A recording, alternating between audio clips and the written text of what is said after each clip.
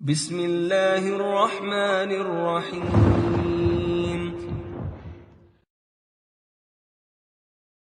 لله أنت أبا الكريمة هاجرا، لله أنت مجاهدا ومهاجرا، بطلا إذا حضر الوغى لم تلفه، خلف الصفوف إذا تلاقت. بسم الله. أعوذ بالله من الشيطان الرجيم. بسم الله الرحمن الرحيم. الحمد لله رب العالمين والصلاة والسلام على رسول الله وعلى آله وصحبه ومن والاه. أشهد أن لا إله إلا الله وحده لا شريك له وأشهد أن محمدا عبده ورسوله. السلام عليكم ورحمة الله وبركاته. And welcome to our topic tonight, which we're going to be discussing Asdal min al-Ahlul Tawheed. Who are the lions of Tawheed? The lions of Tawheed, we are talking about specifically tonight, in fact, the first generation of Muslims and those who passed after them, but specifically the first generation of Muslims, meaning Rasulullah and his companions. But overall, when we talk about the lions of Tawheed, there are particular characteristics by how you can recognize them. They are the people who love Allah and Allah, He loves them. They are the people who never compromise. They never compromise their stance on issue of Tawheed, Wala Bara, Sharia, Dawah, Jihad. They have talazum between all, and they never stop calling for all of that throughout all eras. They are the people who always struggle and they always sacrifice. And they understand that these two matters, the issue of struggle and sacrifice, they both go hand in hand. That is why one very famous individual, or infamous individual recently, he said there could be no struggle without sacrifice. I'll leave that as homework for you to find out who that is. You can find him on CNN. They are the people who live for Allah, the lions of Tawheed. They are the people who are prepared to die for Allah subhanahu wa ta'ala. And we have a nice hadith reported by Jabir ibn Abdullah, where he reported Rasulullah as saying that the messenger, he ordered us to strike with this, and he pointed towards the sword, the safe. Whoever left from this, and he pointed towards the Quran. Meaning anybody who's going to step out the line of the Sharia, he should expect nothing else than a whack. Whether we have the Sharia, or even if we don't have the Sharia. But the Sharia is there as a mercy for mankind. It will keep people in the straight and narrow. He'll make him walk straight. If he walks a little bit crooked, we'll give him a couple of slaps and we'll sort him out and put him in order. When the hukam, when he replaces the Sharia, we strike him by the neck. We rise against him. Why? Because a commandment from Rasulullah that obey the Uli Amr, the ruler, except if you see kufr bawa. And when you do not hesitate to remove his headache. Just give him a bit of paracetamol. Doesn't mean I'm inciting you to chop anybody's head off or anything like that. Yeah? But you just remove his headache and at least implement the Sharia. Ibn Taymiyyah, in his Majmu'ah al-Fatawa, volume 35, page 365, he gave a number of number of statements which shows us the beauty of the Sharia and how the lions of Tawheed, they understand the Sharia and the Tawheed al-Hakamiyah. He said, Ibn Taymiyyah, he said, the religion, it will not be established except with the book and the balance and the iron. So he mentioned three matters here: the book, the balance, and the iron. He said the book is to guide with, and the iron is to support it. And he elaborated further. He explained the book as being, the book with it is the knowledge of Tawheed, Ilm al-Tawheed, which is the greatest science that you need to be studying. That's why many people, they have this thing, which I see often when people come to Islam, then they don't know what to study as a priority. Some people, they jump and they say, I want to learn Ulum al-Quran. Very nice. So other people, they want to study the fiqh of salah. Very nice. So other people, they want to study about the sciences of the Sharia. So he'll study economic system, social system, ruling system, judicial system, which is all which you do need to study, you do need to be aware of. But if you don't study that, you may be sinful. But if you don't study Tawheed, you become kafir. So there's a huge difference. So we don't become secularized in one of those areas where people completely isolate themselves inside some masjid called Masjid Ghuraba or Masjid Talafi and say, we're just going to study the 99 names of Allah, and then when we get to 99, we just go back to number 1. But one of them we subtract and we don't implement it in our life's affairs. Yeah? Neither are we people who just talk about politics all day and siyasa, but then we say, but we're not within the correct majal, and then we don't call for the Sharia or don't work for it. Rather, if we understand the Tawheed, you will understand the Tawheed, it has Rububiyyah, it has Uluhiyyah, it has Asma Sifat, it has Tawheed al-Hakamiyah, all of it together. And my Wala and Bara is part and parcel of it. So he said the book with it is the knowledge, meaning the knowledge of Tawheed, and the religion is established from that knowledge, from the book. And he said, and the balance with it is the rights in contracts, and the money and the collections which are established. And he said the iron, with it the penalties of the law, the hudud, they are established. And then he went further and he finished off by saying, and the swords of the Muslims, he said, and the swords of the Muslims will give victory to this legislation, and it is the book and the sunnah. And who are those who carry the sword? They are the lions of Tawheed. That's why Shaykh al-Islam ibn Taymiyyah, in another statement, he said, Ahl Sunnah wal Jama'ah, who are those lions of Tawheed, they do the jihad of the word and they do the jihad of the sword. Both together. So some people, they will criticize and they will say, Aki, all you do is talk. Why don't we do some action? We can have some action. We can have some guns, some planes, some rucksacks, and get a pigeon with a rucksack and fly into Buckingham Palace. When we're going to do something hot, yeah, Shaykh, you don't understand. Those people who are in the mountains, who are struggling fi sabilillah to try and liberate their lands, they use their tongue as well. They both go on. They both work hand in hand. So Ibn Taymiyyah, he described as the jihad as being the word and of the sword. Those lines of Tawheed that we're speaking about, they have particular titles which you should be aware of. And we're not talking about any particular group or any particular organization. We are talking about the saved sect, meaning Rasulullah and his companions. They've been described as al-Ghuraba, the saved sect. The strangers, not the one which the Home Secretary has prescribed. And they keep changing his Home Secretary, isn't it? They keep changing it. They got Alan Johnson, then he had another one. Her husband was downloading porn. They should do an investigation. You know, they're investigating where they're spending all their money. There should be a further investigation to find out what kind of film it was, straight or gay. That is the golden question, you see? That's the one that should be on the front page of the Sun. Forget how much money you was claiming. What were you doing with it? You know, so the Ghuraba, the Ta'ifa al-Mansura, Ta'ifa al-Mansura, the victorious group. And we'll describe some of the Ta'ifa al-Mansura in a little while. But there's another description that's been given, which I like, which is bigger than Ta'ifa al-Mansura. And what's that? A Ta'ifa al-Dahira. The sect who are the dominating. So you got the victorious sect, the victorious group, and then you have the dominant group as well. A Ta'ifa al-Mansura and a Ta'ifa al-Dahira. Al-Mughira ibn Shu'bah, he reported from Rasulullah, he said, they will continue in my ummah a portion of Dahirin until the day of judgment. They are hard against the enemy, and it doesn't harm them whoever lets them down, nor those who disagree with them, until Allah's deen it prevails. And this is hadith mutawatir in Sahih Bukhari, hadith number 7311, and Sahih Muslim 1921. And Imam Ahmed, he reported from Uqba ibn Hussein from Rasulullah that he said, a group of my ummah, they will continue to fight for the sake of the haqq. They will always prevail against anyone opposing them until the last of them, they fight the Dajjal.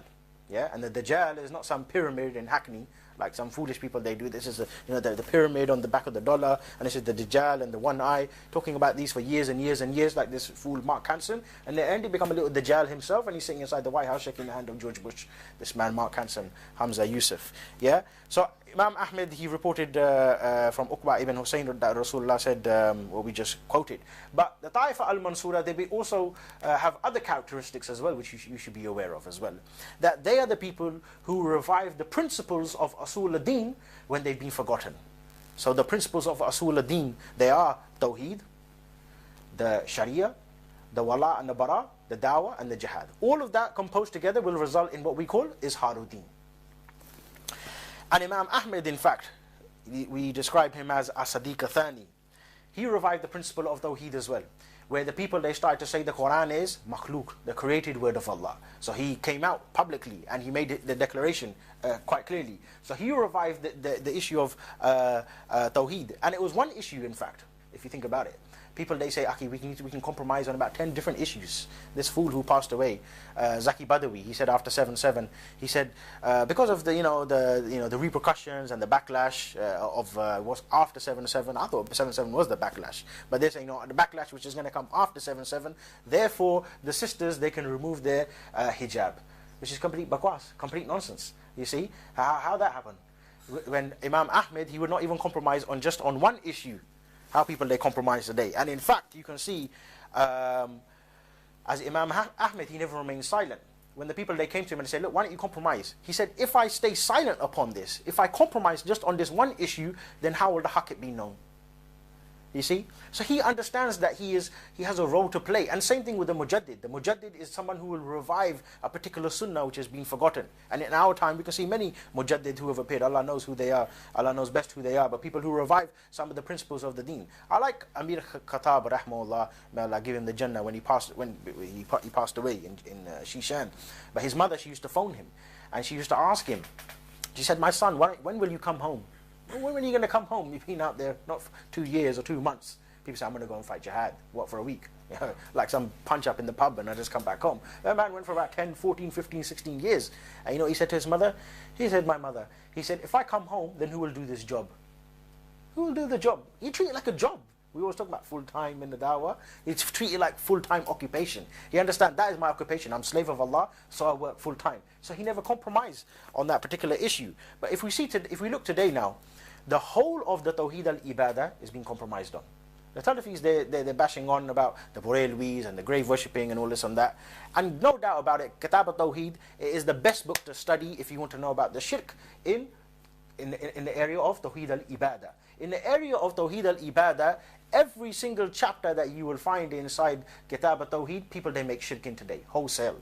The first couple of chapters, people can swallow the issue about ta'weez around the neck, a little ring on the finger, or supplicating to the dead. When you start going to chapter 7, 8, 9, 10, 11, 12, and start applying it to our reality, that's when things get a little bit complicated and your hikmah starts coming into play, where we start talking about loving for Allah and loving Allah alone. What about loving for His sake alone as well? What about allying with the believers alone? When we talk about seeking help, okay, who do we seek help from? Let us apply this chapter now in our reality. You seek help from Allah alone. If my servant, if the servant wants to ask, who does he ask? He asks Allah. Does he ask United Nations? No. Okay, so where does this chapter go into place? Yeah, Ya Shaykh Al-Fawzan. Where does this go into play? Yeah, when it comes to allying with the believers, when it comes to issue of muwalat, tawalli, wala, bara, when it comes to implementing the legislation of Allah, where does all of this play? You can find the Tawheed al-Ibadah, people that have complete compromise in all of this. But rather, the lines of Tawheed, they never compromise. That's why Ibn Taymiyyah, he's been quoted as saying that the prison is more dearer to me than what they call me to. And many other people like that as well. He wasn't the first and he wasn't the last. More recently in our time we had Sayyid Qutb rahmahullah, when they came to his cell and they said, why don't you compromise? Why don't you give up? He said, how can I compromise when the finger it testifies La ilaha illallah?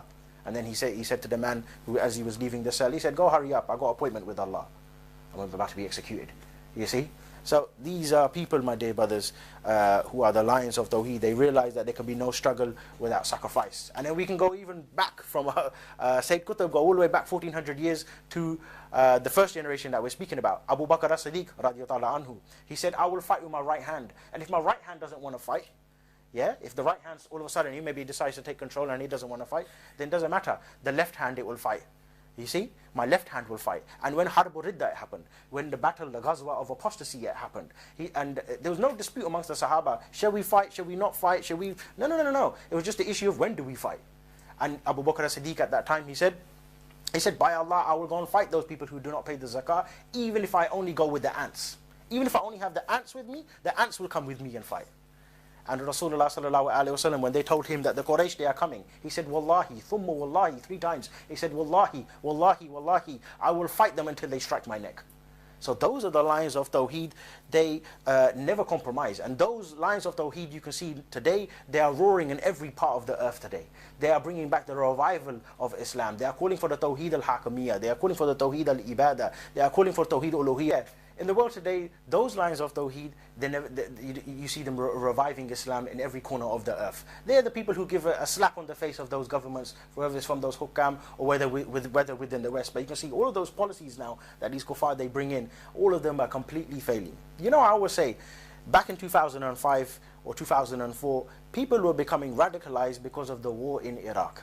Abu Ghraib, desecration of the Quran inside Guantanamo Bay. So what they done was they made a complete blackout. May Allah, maybe that's what they done, or maybe it just got too hot for them, or we don't know. Maybe things died down. We don't know. But let's assume that there's been a blackout from the media of the events within Iraq. Those people who were radicalized from 2002, 3, 4, and decided to commit so-called acts of terrorism, and we believe they are all innocent, and they've been charged and put on trial and convicted. There are people within this country who become radicalized as a result of seeing those brothers on trial. This is what they call blowback. And if you're Kafir, you call it something else. They could have another dirty word. We don't call it blowback. Yeah, where people become radicalized off the backs of other people who are being charged and convicted. Which is why we always say that, listen, we as Muslims, we can be victorious no matter what whatever you kuffar, no matter what you try to do to us. If you kill us, we get the Jannah. And if you imprison us, other people become radicalized as a result of our conviction or as a result of oppression upon our neck. You see, so those lines of Tawheed, you can see them from every sphere. Yeah, come back. So those people that you can see who are the lines of Tawheed, that you can find them from those people who defend the Ummah, who defend the Sharia, from those people who are the ulama, from those people who are the du'at. For all of those you can find working hard in the revival of Islam. And nobody can stop that Islamic awakening now. They thought that they will arrest a man called Sheikh Faisal within this country. And they said, that's it. He's the hottest one. Let us arrest him first after 9/11, put him behind bars. The man goes behind bars, 100 MP3s appear. The man didn't even know what MP3 was himself. I remember Sheikh Faisal, he used to record his own lectures. He used to write on with a pen on the cassette. If you get any of his old cassettes, that's his own handwriting on there. So Sheikh Faisal, when he was arrested, his lectures become so popular. So then they thought, okay, look, the man, we don't know whether he's got full British citizenship or not. So what we're going to do with him? Let us deport the man, and we will send him back to Jamaica. Yeah? With the Mandem. Yeah. Yeah? We'll send him to Jamaica with the Mandem. The Mandem look after them. And they put him on the road. Yeah? Over in Kenya. Yeah? Kenya, they decide to arrest him. And next thing you know, there's demonstrations taking place. So no matter what they do to try and silence Islam, they can never silence Islam. They banned one organization recently called Islam for UK. I don't know, I was never a member of that. None of us here were members of that, yeah? Kuffar talking about joining Islam for UK. If it's supposed to be Islam for UK, you're Kafir. I want to join as well. You see? So people supporting Islam worldwide, it become like a global phenomena. You see? It's just become like a global phenomena. But tonight we will study about the sacrifice of those first lines of Tawheed.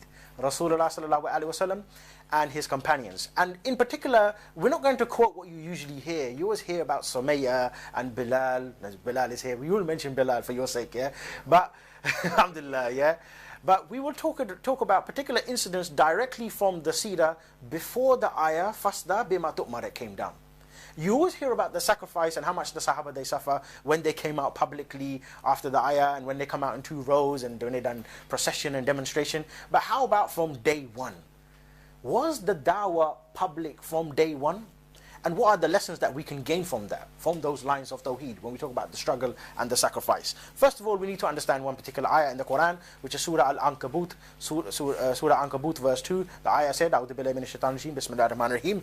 Alif Lam Mim, ahasiba an-nasu an yatraku an yaqulu amanna wa hum la yuftinun. Allah said that there could be no da'wah, there could be no struggle, there could be no call for la ilaha illallah, except that you will be tested. Meaning, Allah said in the ayah specifically, do you think you will be left alone to say we believe without to be tested? And some people, they actually believe that.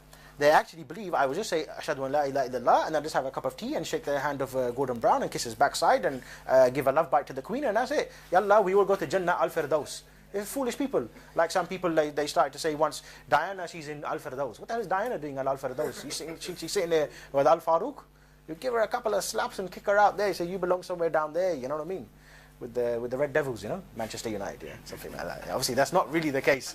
Just in case some Talafi, you know, somebody who's really hardcore, Talafi starts to pick on that, you know? Because someone tried that with me last time. He's a fool anyway. Not even worth mentioning. So Allah said that, do you think you'll be left alone without to be tested? And in another verse, Allah subhanahu wa ta'ala, He told us exactly what we are going to be tested with. Because people, they will misuse the ayah. Said, yeah, we're being tested today. Look, the ayah said so. And you quoted it yourself. So we're being tested today. We're being tested by the British government. We're being tested by halal meat. Yeah, why don't we worry about the halal meat? The halal meat, brother, is the most important issue of our time. So every Sunday, I'm not going to do no da'wah. I'm not going to do anything. I'm not going to call for Islam. What I'm going to do is I'm going to jump in the car and I'm going to drive to every single farm around the country and check for goats. Check if the goats are halal. Is this the fard of our time? To check if the goats are halal? Yeah, the goats, most of them probably they are haram because they're not being slaughtered properly. Yeah? But there are the fara'id that you need to be aware of. So Allah said, informed us in another verse exactly what we're going to be tested with. He said you'll be tested with your money. You're going to be tested with your wives. You're going to be tested with your children. You're going to be tested with your health, with your families. You're going to be tested with your deen. All of this you're going to be tested with. However, there is good news from that after that ayah, because Rasulullah said in a hadith, he said, if Allah, He likes a servant, then He will test him. Alhamdulillah. So then it means if I'm being tested, it means Allah likes me. What people they think is I'm being tested because Allah doesn't like me, and the British government, they like me. So therefore I need to compromise, and I need to shake the hand of Gordon Brown and have meetings inside Downing Street, which is not the case. So let us discover, is that test that we face today, is it unique to us? Let us go to Rasulullah sallallahu alaihi wasallam to begin with. When the wahi came down, he went to the first woman to embrace Islam, which was Khadija radiyallahu anha. She had a cousin called Waraka ibn Nawafil, who was the cousin of Khadija, but he was someone upon monotheistic belief, meaning he was upon Tawheed, not Christian, how some people understand, like he used to be free going to one and all this sort of business. When he came to him and Rasulullah consulted him, what did Waraka say? Golden words for us today. We were talking about the golden words, and Adahabi, the golden boy. Yeah, the golden boy should listen to this before opening his mouth on television and speaking out against the Shayyuk. Yeah, he said, I wish to live long enough to see your people turn you out. I mean, I wish I could, because he was old. I wish I could be a little bit more younger, so I could live long enough to see what your people are going to do to you. Meaning, when they're going to turn you out, when they're going to call you a radical fundamentalist, and we will give the evidence for that as well. When they call you irhabi, extremist, lunatic fringe, when they call you all of these names, majnoon, sa'ir, a magician, and when they try to harm you, I wish I could live long enough so I could witness this, so I could support you. So Rasulullah said, is that really the case? Is that going to happen with me? And here is the golden words. Waraka said, there is no man that came before you except that he was tested with by this. Except that he was tested with the message that he came with. Because the message is heavy. The message is not for everybody. That's why Imam Ali, he said, radiyallahu anhu, he said, the knowledge is not for everybody. The knowledge is not for everybody. Like the sword is not for everybody. The man doesn't know how to use the sword, he's going to cut himself.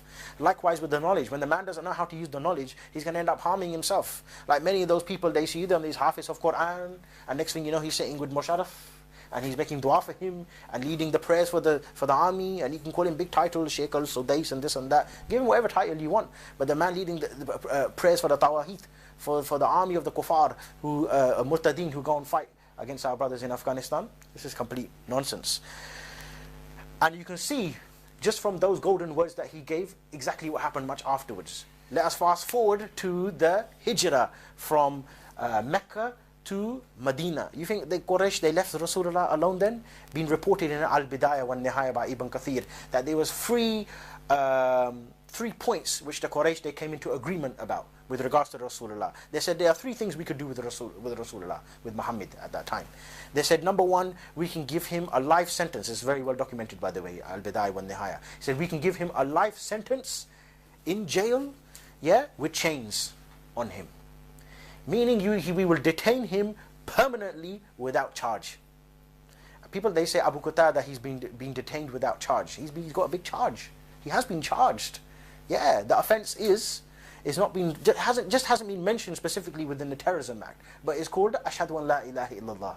Yeah, the Shahada is the greatest act of terrorism that you will ever do. Everybody's a terrorist. People, they don't realize that. Even those people who think they're moderate chocolate today, under Prevent number 2 and Prevent number 3 and Prevent number 4 scheme coming out, everybody's an extremist. Everybody is a terrorist. You just don't know it yet. That's all it is. So people who call themselves chocolate Muslim today, tomorrow they'll become terrorists as well. Like this guy, Dawood Abdullah. This man, Dawood Abdullah, fool. He went all the way to Iraq to plea for this man, Ken Pigley, He went all the way over there. And now the government have said, we will recognize the MCB once again because they kicked him out. They said, you're not kissing our backside enough. You're not licking it hard enough. Yeah, his tongue is still red. It needs to be brown. Yeah, you need to do it a little bit more harder. Yeah. They said, we will reinstate the MCB and we will put you back on, yeah? But we don't want this man Dawood Abdullah in charge. Why? Because he started to support Hamas. You see, so no matter whichever way you look at it, people, they say that, oh, but this organization, they talk about the jihad. They talk about the jihad. Yeah, we're in Palestine. Palestine is seen as a humanitarian crisis. Put the real muwahideen there who call for Sharia and say we want proper Islam implemented and we want the occupiers kicked out. They will never see all these million-man marches that you see in the street for Palestine. A complete humanitarian issue as they see it. Even Iraq war, people say, Kuffar, they're not so bad. They love, they're concerned about the Muslims inside Iraq, yeah? Most of those placards say, bring our soldiers home. They're not worried about the Muslims, they're worried about the soldiers. And there's a video which I saw the other day, they were showing the Americans, may Allah destroy them inside Iraq. The Americans, they were making some children run for 2 miles, chasing a car and teasing them with a bottle of water and swearing at them and all this and that. Then at the end of the video, it's about 8-minute video, they're showing what the soldiers are doing inside Iraq. The American soldier, he picks up a dog and he throws it. Yeah, he throws a puppy and he dies. So I'm expecting complete outrage. That look, even if you're not a Muslim, surely you would say that's immoral. That why? Look, there's a poor child, he's about 6 years old. You're making him run for 2 miles and then teasing him with a bottle of water and saying, "Come on, run faster, run faster." And he said, "No, he's not stopping. They're making fun out of him." The video got 1,400 or 14,000 hits. Majority of those people who respond to it, what do they say? Poor puppy. Poor puppy. You see, when Allah said, they will never stop fighting you until you leave your deen, understand that Allah, He speaks the haqq. Yeah? Don't ever be fooled by Mr. Kafir, he tries to smile at you, whatever he tries to do. Just because you read the ayah that whatever they say by their tongues is bad and whatever that they conceal inside their hearts is far worse, also be careful of the one who smiles at you and doesn't say anything bad about you. Because Allah said even him, he's a kafir and he's a pig as well. It's just some pigs are bigger than the other ones. That's all it is. They're all pigs. They're all the same. They're all your enemies. You just don't realize it. You just haven't read the Quran properly, and you don't have proper iman yet. That's why you need to have full yaqeen upon the haqq of Allah. You see. So they said life sentence in chains. Number 2, we will exile him, meaning we will deport him. He's not conducive to the public good. Yeah. Number 3, clear assassination. Clear assassination. Now we're going to rewind 13 years or 12 years and go to right at the beginning, and we will go to At-Tabarani, Al-Haris ibn Haris. Al-Haris ibn Haris, he became Muslim later on. However, he's reporting to us. We're going to the seerah directly. We're going to go to the text directly to see exactly how they suffered. Al-Haris ibn Haris, he said, at that time I was not a Muslim, and I saw a man, and the people, they were gathering around him. Who was that man?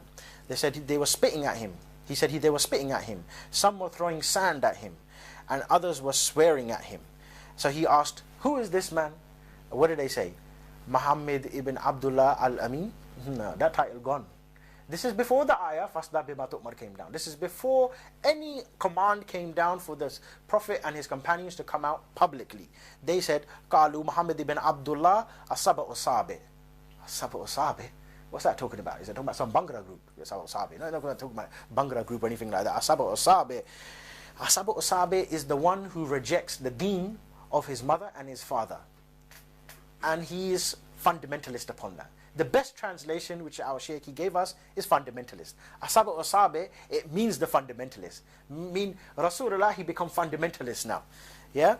He said the people, they continue to gather around him and they continue to spit at him and ridicule him whilst he recited the Quran. Who could tolerate that today? Someone come and just say F word to you whilst you're giving out leaflet or you're speaking about Islam within the public arena. Man, you take this man's head off. Let alone somebody come and spit at you. You know what I mean? Spit at me. What are you talking about? I urinate on your face. You fool. You know what I mean? Not literally, yeah? But that's what will come across your head. Fool. What are you talking about? Come and spit on my face. Yeah? So that's a mercy for us today. People, they don't do that to you. Maybe not all, maybe it did happen to you. Maybe there's always one in it. He said, yeah, that happened to me. Someone spat in my face. Yeah, okay, all right, then leave it alone. You know what I mean? All right. I'm just using it by way of an example. But mercy for us today, when you speak about Islam in the public arena, people, they will come to you and they will say, sir, can I, Mr. Shafi, can I ask a question? They ask a question. That's a mercy for us. They ask a question. At that time, there was no questions. You come out and you speak publicly about Islam, and this is what the Rasulullah was doing. He come out and he was publicly reciting the ayat. They were spitting at him, and they were calling him Saba Usabe. And then he said they beat him. And they carried on beating him, and they did not stop until they got tired. Until they got tired. And then they went home to eat, and Rasulullah, he carried on with the dawah. Meaning full-time work, full-time occupation. He said, in the end, I saw him raise his head after being beaten. And his head was bleeding. Yeah, and this is, you know when this was? This was within the first 2 months of revelation. First 2 to 3 months. I saw his head, he was beaten and his head was bleeding. And one woman came to him and washed him with water. That woman was Zainab, his daughter, radiyallahu anha. What did he say to Rasulullah, to Zainab? Did he say, you know what, my uncle was right, you know, we're going to face a backlash, therefore we need to, you know, you need to take that hijab off your head, you know what I mean? Let me shave off my beard, yeah? Let me just compromise and become moderate chocolate. He said, Ya Zainab, don't cry. Wash your own clothes and don't fear for me. everything is in the hands of Allah subhanahu wa ta'ala. Meaning the man himself, look to the words he's using here. He has no concern for himself. Usually the one who's being beaten up here and someone come and help him, he said, yeah man, that was so harsh, I'm never going to do that again. He's going to go inside. He's telling his own daughter, he said, don't cry for me and don't worry about my clothes. Wash your own clothes. Don't let your own clothes get dirty. Don't let them get covered in blood. And then what did he say? He said, everything is in the hands of Allah subhanahu wa ta'ala. This is what we call the fruits of Tawheed. The fruits of Tawheed, you will taste that. People talk about the sweetness of Iman, and they don't understand what is the sweetness of Iman. Those people I know, they I don't know whether you can call them practicing or non-practicing or part-time practicing, but they do all of the haram within the week. And then when on one Friday night they get together in one session and talk about, Balaki, we need to make tawbah to Allah. They have to talk about Islam, Iman, Ihsan. And they go so high, hoo-ha-hee. They go all the way up to the sky and then come back down again. Then at the end of it, then you say to them, brother, what are we going to do after the talk now? He said, yeah, let's go and have some KFC. But KFC is haram, isn't it? Yeah, Allah Ghafoor Rahim, Bismillah, just eat it. It's complete bakwas, complete nonsense. What the hell are you talking about? All this fake talk. You know, Iman, Ihsan, and he's crying on there. And there's people saying, look, look, he's such a good sheikh. And, he makes us cry. He makes us think about our sins. But it doesn't make you think about your sins enough, because you don't change your situation. At the end of it, you ask him, what can we do about the halal mortgage? Yani interest and benefit. Yani this, yani that, nam, aki, all of this sort of business going on. Yeah? So Rasulullah, he tastes the sweetness of Iman. He understands something called Tawheed al-Hakamiyya Taqwaniyya. And Abu Shafi knows what we're talking about, because we studied that last time. Hakamiyya Taqwaniyya, which is part and parcel of your Tawheed Rububiyyah. Tawheed Rububiyyah has particular divisions. Tawheed al-Halq, the absolute right of Allah to create. Tawheed al-Tadbir wal-Tasarruf, the absolute right of Allah to control and manage. So he says that the sun rises from the east, set in the west, the sun obeys. Yeah, not the sun, the sun, the sun in the sky. Yeah, the sun obeys. Yeah, the sun obeys Allah. Yeah. He tells you to come out publicly, you don't want to come out publicly. He tells you to do dawah, you don't want to do dawah. He tells the sun to rise maybe from the west and burn the White House, the sun will do so. Tawheed al-Tadbir wal-Tasarruf, and Tawheed al-Hakamiyya Taqwaniyya, where Allah subhanahu wa ta'ala in His qadr, wherever He is predestined for us, wherever He is ordained for us, is going to reach us no matter what. That's why Rasulullah said, if Allah He wished to protect you, and if the whole of the earth it came together to try and harm you, nobody can harm you. You see, this is why some side advice, yeah, maybe this will help you, but obviously qadr of Allah. If the police are ever after you, you know where the best place to hide is? On top of the police station. They'll never catch you then, because they will run out. Where is he? Where is he? You just hide on top. You know what I mean? Even if you were looking for a venue to have a conference, do it opposite the police station. You save your time. They'll go out. Where is it? Oh, that way, over there. Let them go. They'll go around the entire area, and they'll come back. So, let's look to how he suffered in his own words. Rasulullah from his own words. Al-Bidayah wa Nihaya, volume 3, page 47. Al-Bidayah wa Nihaya, volume 3, page 47. Rasulullah said, this example for those people who say, we follow Rasulullah more than you. I heard somebody, he said, you follow the Salaf as-Salih? You follow the Salaf as-Salih? You don't follow the Salaf as-Salih. We've been following the Salaf long before you even had pubic hair. I see, okay. He said to Rasulullah, I have been harassed for the sake of Allah like no other man. Now you said you follow the Sunnah of Rasulullah. People say, hey, you're talking about politics all the time. Aki, why don't you go and study about the Sunnah? I can study about the Sunnah. Okay, which Sunnah? Sunnah Mu'akkida, Sunnah Ghair Mu'akkida. Aki was still learning the basics. Alhamdulillah. How do you spell it? I don't know. So if he's learning the basics, these people are completely foolish. I have been harassed for the sake of Allah like no other man, and I've been threatened for the sake of Allah like no other man. That's Rasulullah speaking. So now you say Uswa Hasana for you. You say he's the best example. Is that you? Because if you haven't got to that criteria yet, if that is not something which fits your description, fits your reality today, it means you don't have correct tasi to Rasulullah. That's why people, they always talk about today, Aki, this Sheikh, Sheikh Bilal for example, where does he have ijazah from? Ijazah. Did the ijazah come from the Saudi government? Yeah, Sheikh, what's the difference between the Saudi government and George Washington University? Both bunch of kuffar. Did you ever think about, look, the custodian of the two holy mosques, he's the kafir murtad. Did you ever think about that? You never thought about it like that. You just think custodian of the holy mosques. Custodian, big word, shit. I don't even have to spell it. Got a G in my English in GCSEs. Custodian, man. Come on, custodian. How could he be wrong? He's the custodian. He's king. He's even got his picture on the Quran for 1 year. This is complete nonsense. Yeah? So, the best ijazah in our time is, you know what? When you've been arrested or when you got the bail paper. That's the ijazah of our time. People ask me, where did Sheikh Umar, for example, study from? Who's his teachers? Who gave him ijazah? I said, oh, well, okay, who do you listen to, for example? This person, you know, is a bit complicated person. He said, I listen to Abu Hamza and Anwar Awlaki. I said, mashallah. I said, who gave them ijazah? I said, I'll tell you who. The FBI and the MI5. When they arrested them, or when they barred them, or when they wanted. The ijazah of our time is to be prescribed under the Terrorism Act, or when you're wanted by the FBI, or if you're in Guantanamo Bay, or if you are on your way to Guantanamo Bay, or on your way to Belmarsh. That's why one brother who we love for the sake of Allah, he says there are two types of Muslims, or one type of Muslim or two types of Muslims. Those who are in the prison, or those who are on their way to prison. But I'd like to add a third one. Those who are on their way out of the prison as well. Yeah? Those who come out of the prison, they carry on roaring and they carry on screaming for la ilaha illallah, and they're prepared to die for it as well. He said, I've been threatened for the sake of Allah like no other man. He said 30 days and 30 nights would pass by without me or Bilal having enough food to eat. And whatever food we did get would be enough to hide inside the armpit of Bilal. Subhanallah. That's the example for us.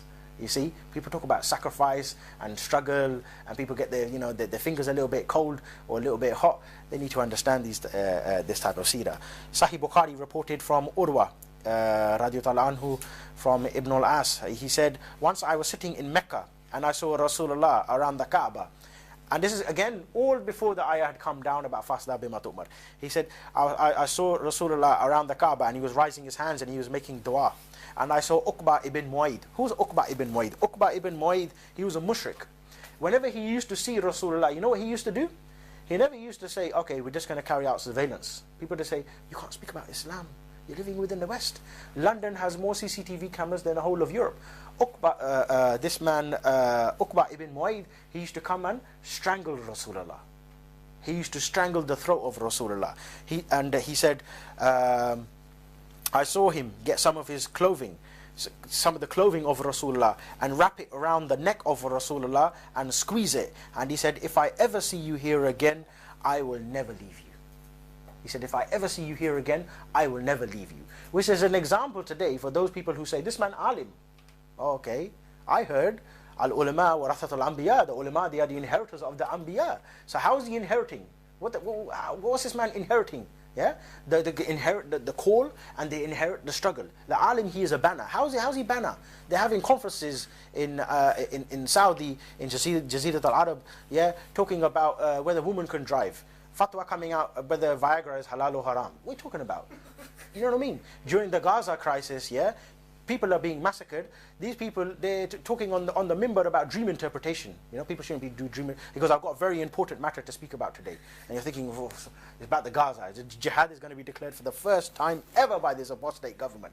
Yeah? What does he talk about? He talks about dream interpretation. Or he's talking about peanuts or Viagra, or if you can't, alternative to Viagra, milk and honey and nuts, or some kind of rubbish or some kind of nonsense like that. These people are complete foolish. Over here, worse.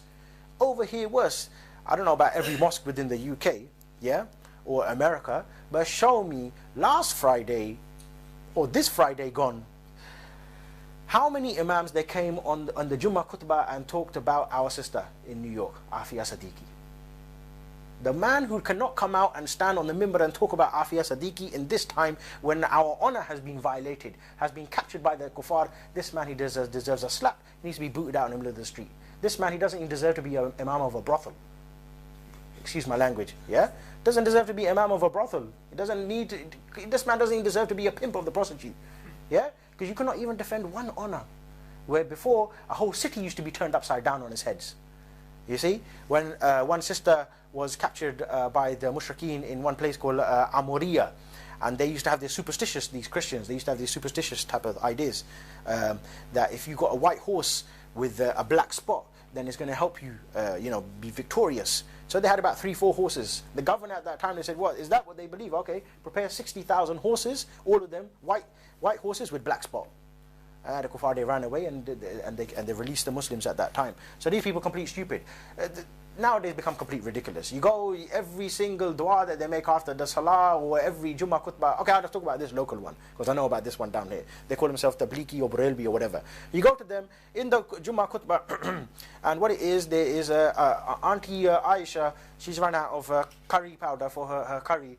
Can you please make dua for her? And there's Uncle Muhammad, he's the cab company, they're getting a lot of pressure now from the government. Everybody has to have a license.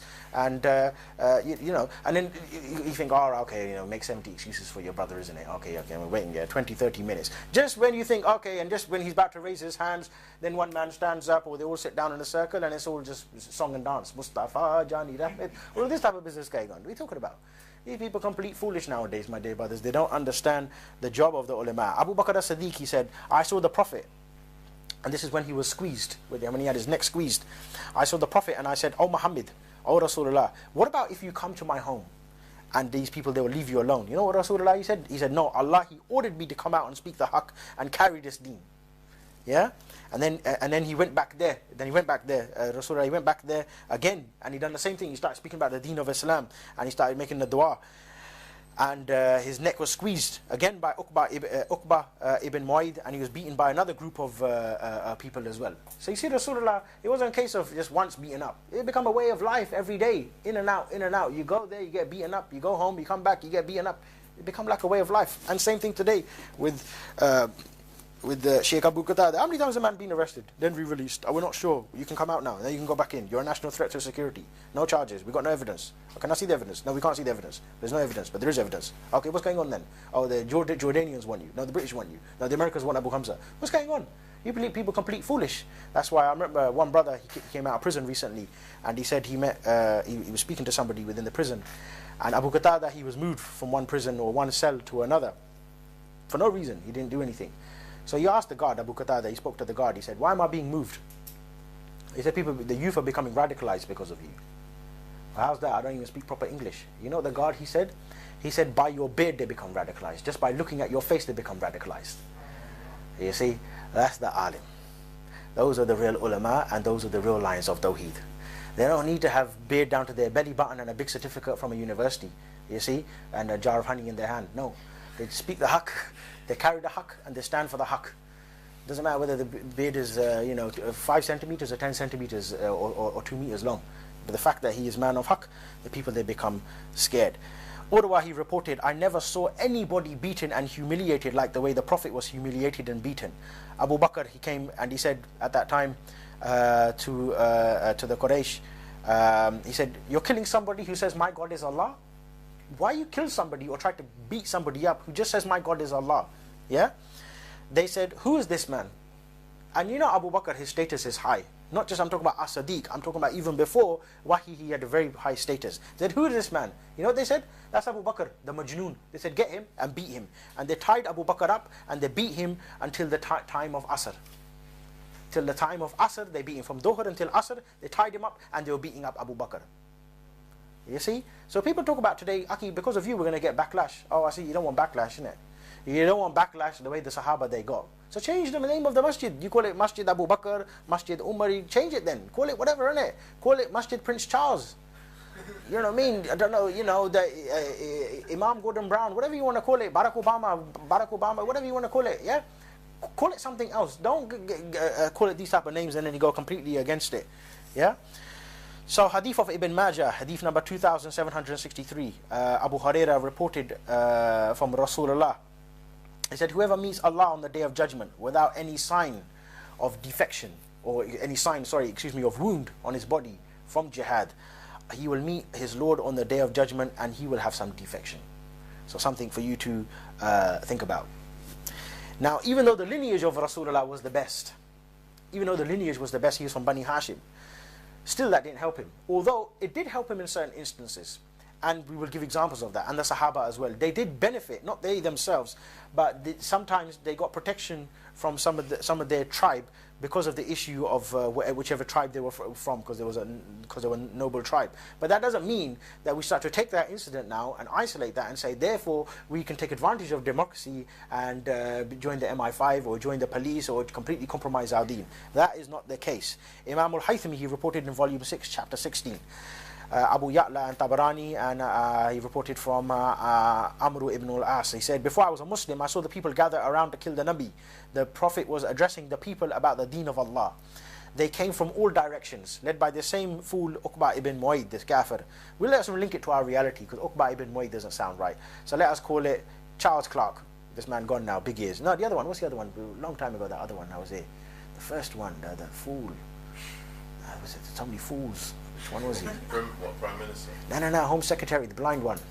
Dave Blunkett. Yeah, Blunkett. Yeah, that's the one. Yeah, that one. Yeah. I've never met a terrorist before, but I'm pretty sure these guys are illegal. Yeah, arrest them. Yeah.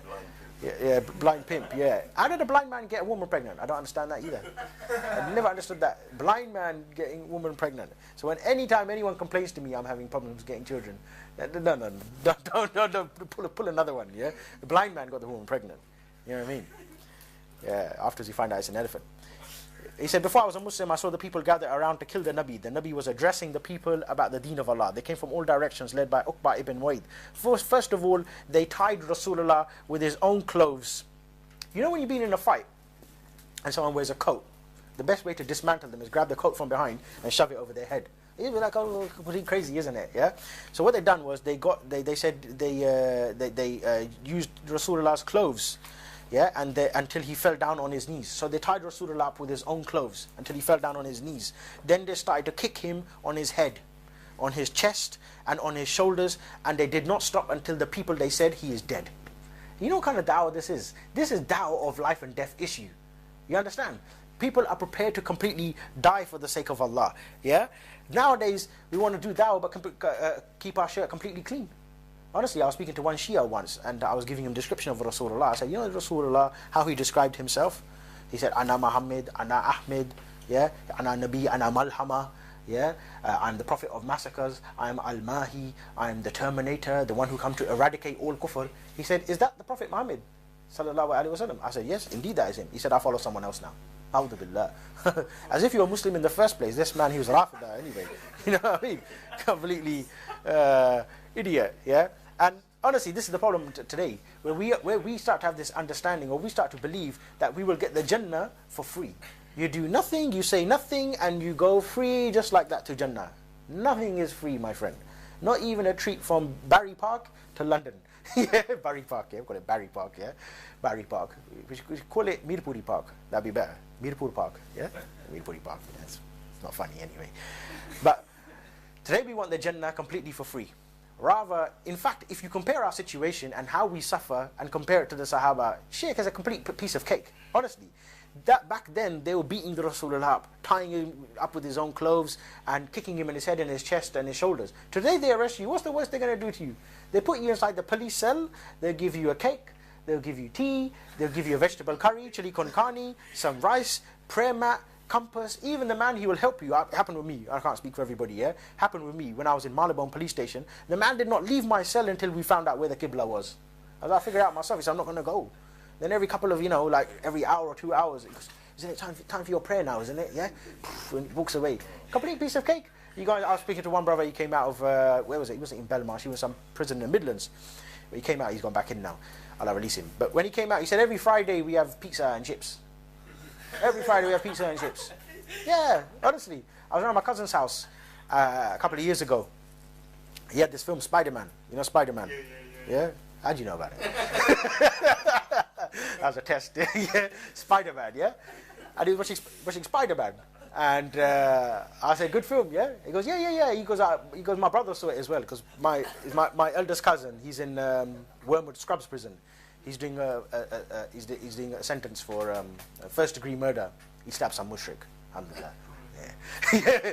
Not inciting, because he's already inside anyway, yeah? So he's doing a life sentence. He goes, yeah, he got it first. He got it as a pirate copy. SubhanAllah, in the prison. Spider-Man on pirate. You know what I mean? PlayStation within the cell, nice furniture. Honestly, there's one brother, me and Abu Shafi used to know him, where we used to have talks before. This man, he was in prison for, oh yeah, watch the cable by the way, yeah? He's going to come out, yeah. This brother was inside Feltham Youth Remand Center. He was in there for attempted murder. Attempted, okay? Didn't do it. He came out anyway, he's found not guilty. So I met up with him anyway, and we started giving him da'wah, he started practicing. So I started asking him, what's it like within the prison? What's it like within the Youth Remand Center? I haven't been inside the Youth Remand Center, yeah? Not yet. I said, so what's it like inside there, innit? And he goes, oh, so nice. He's Somali, so he's got, a bit of an accent. He goes, oh, but that's so nice, so good. I said, do a council giving you a flat now? He goes, rubbish shower, power shower inside Feltham. He goes, power shower. He goes, oh, it's lovely power shower. I said, so what do you do all day? I go, what do you do all day? I said, don't you get bored? Don't you start going out of your mind? Like, you're stuck in the cell. He goes, what are you talking about? He goes, you've got mattress, man. You've got mattress, you've got bed. You get to sleep. You got a comfortable pillow. He said, look, I've got nothing here. I just got a rug. You know what I mean? We had to donate some things to the brother. You know what I mean? Prison is living it up. Obviously, that doesn't mean that we're, you know, it's a piece of cake for those brothers who are suffering. But still, compared to the Sahaba, nobody can say he is above the Sahaba or he suffered more than Rasulullah. I met one fool from one organization, one deviant organization. He said, what are you talking about? He said, me and my people, we suffer more than the Sahaba. I said, come on. You've been drinking, isn't it? You've definitely been doing something. Rasulullah, he asked his companions once, he said, who can give me the bay'ah to the deaf? Who can give me bay'ah to deaf? He said all of the Sahaba, they competed with each other and they were pushing each other as if they were trying to make tawaf to the black stone.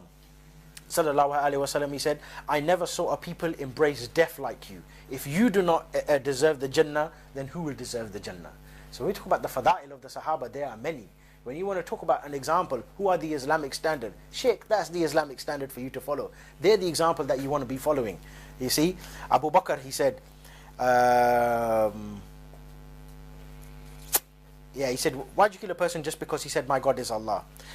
They beat him, and the Nabi, and now obviously we mentioned this incident, but after, when that happened, two women came. Two women who were both the daughters of Rasulullah, Zainab and Ruqayya. Now at that time what happened was, the people, they surrounded them. Completely surrounded them. I remember I was with one brother once, and we were surrounded as well by some kuffar. And we were a bit outnumbered as well. It was just me and this one brother, yeah, and we were surrounded by about like 15 of them. Alhamdulillah, we made a couple of calls, and their pub got smashed up, alhamdulillah. You know what I mean? Nothing happened to us anyway. We could have dealt with them anyway on our own, but the brothers are a bit hungry. You know what I mean? They just had their chicken and that, you see, so they're a little bit eager, innit? Josh with horse and Sag and Gosh, you know how it runs, innit? You got the Qarai Centre up there in Bury Park, innit? Yeah? So Zainab and Ruqayya, both the daughters of Rasulullah, they came, and the people, they surrounded them. So try to imagine the siege. You're under siege now, not just you got your daughters with you as well. Some foolish people, they say, why you want to go out, do dawah and bring your wife with you as well? Why not I bring my wife, I bring my daughters, I bring my sons as well. My son could terrorize the entire Metropolitan Police on his own. Just give him a baseball bat. You know what I mean? Honestly, the man tried to break the TV all the time. So I'm sure he could do some damage out there. You see? Alhamdulillah, Allah give us pious children, inshallah. Ameen. So the people, they surrounded them, and Uqbah, he came. Uqbah ibn Mu'ayd. And he said, Wayhakum. He said, stop. Don't touch the women. Now, why not touch the women? Because Bani Hashim, who is the tribe, which is the tribe of Rasulullah, was a noble tribe. If you touch the women of any tribe, you're going to start a war which is not going to finish. Yeah. So, and that war is never going to end. How did Rasulullah react in that particular situation? Did he say, no, that is the ultimate, that's just too much now, this backlash now? Let me go and ask Allah and make some type of excuse.